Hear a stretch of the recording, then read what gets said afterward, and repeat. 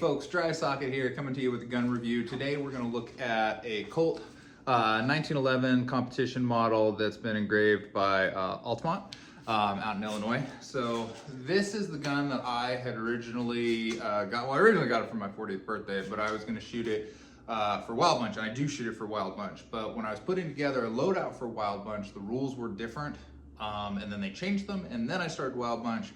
So it's a little different now. So it used to be that you had to shoot a rifle that was above 40 caliber. So you were shooting bigger stuff, and then the 1911 replaced the revolvers. And then you shoot a 1897 shotgun. Now you can use any legal cowboy action gun for your rifle. So a lot of people are shooting 38 or smaller rounds in that, which is fine. I know people they care about it. I do not care about it. My motto is get out and shoot. So if you want to shoot Wild Bunch, shoot it. You know, if you want to stick to the old rules, stick to the old rules. You want to do the new rules, do the new rules. Don't care.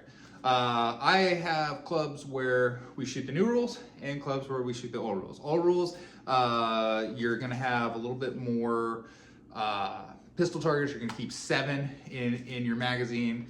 And it's basically, it's totally different. It's not cowboy action with a 1911, but other clubs do it as you shoot 5 in the magazines and you do cowboy action with a 1911 basically. There's 2 classes to break down. One is what's called traditional, and that is where I'm going to shoot one arm unsupported. I can only touch the gun with the other hand if I'm like clearing a jam or racking the slide or something of that nature. And the other one, of course, is what's called modern, which is where you're going to shoot you know, with 2 hands. So a supported style grip there. So this gun is just a, you know, a Colt 1911. It's a competition, and what competition means basically is that your slide rack's a little bit easier, your trigger pulls a little bit quicker. There's some, you know, fiddly bits in the middle where screw or spring is slightly different, but that's the main thing. In cowboy action for Wild Bunch, what we're gonna do is we're gonna have the gun holstered, but it's not racked, so there's nothing in the chamber. So that means when we draw, the first thing that we have to do is rack the slide. So I wanted a gun that would rack very, very nicely, very, very smoothly. So that Colt Competition was something that I went with. I also, Colt, like, you can put any 1911 mags in it and it does well. I've had other 1911s that are a little particular on mags, like, you know, they're usually cheaper guns like Rock Island. You know, it can be fussy. The Colt, it's gonna, you know, do whatever. I would prefer to use like a Wilson Combat mag, but the other thing in Wild Bunch is you can't have you know, anything. This is an extended. I think I've got a regular size. You can't have anything on the butt, the end of the magazine, other than a little leather pad.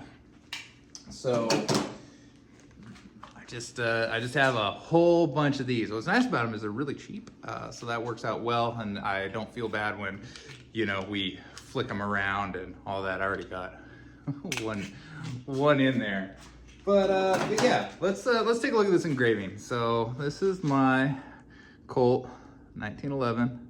It's engraved by Altamont. That's Merlin N, right?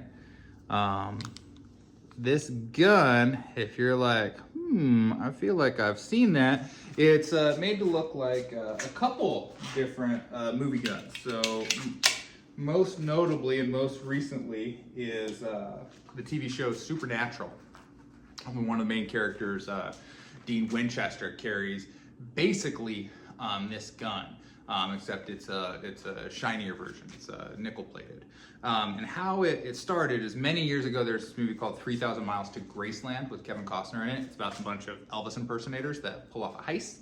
And Kevin Costner wanted his character to have a nickel plated 1911 with gold accents. And they ended up putting like a mother of pearl grip on it. And that's his gun in the movie. He plays a character named Murphy. You can watch it, check it out, and look for that gun.